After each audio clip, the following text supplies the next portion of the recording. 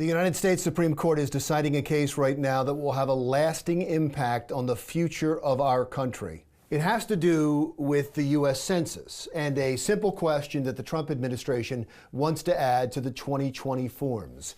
Is this person a citizen of the United States? Simple in verbiage, but complex in purpose and impact. That question hurls the census smack dab into the middle of the contentious political debate over our immigration policy. And as with everything that is political, the debate is based on money and power. You see, federal funding is based on the population of cities and states, and congressional districts are drawn up based on population. And since the electoral vote is decided upon by the number of congressional districts in a state, this also has a profound effect on the presidential election. For instance, after the 2010 census, there was a major power shift from the East and the North to the West and the South. New York lost 2 congressional seats. New Jersey lost 1. Massachusetts lost 1. But Florida gained 2, and Texas gained 4. That is why several states where illegal or undocumented immigrants tend to settle are fighting, including the citizenship question on the census. And by the way, that includes both red and blue states like New York and California, and red states like Texas. There are a lot of legal arguments on both sides of the question, but the Supreme Court is mandated first and foremost to look at the constitutionality of the question.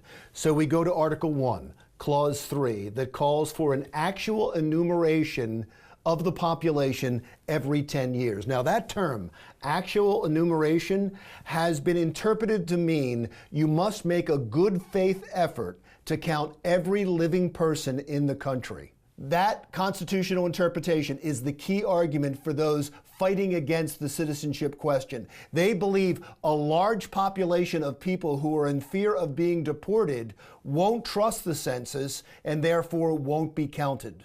The Trump administration's main argument is based on the Voting Rights Act of 1965 that prevents discrimination against a citizen's voting rights based on race or gender. So their argument is that if a congressional district is made up based on a whole lot of non-citizens who are ineligible to vote, they would affect the constitutional power and the voting rights of other minority groups to select their preferred candidates.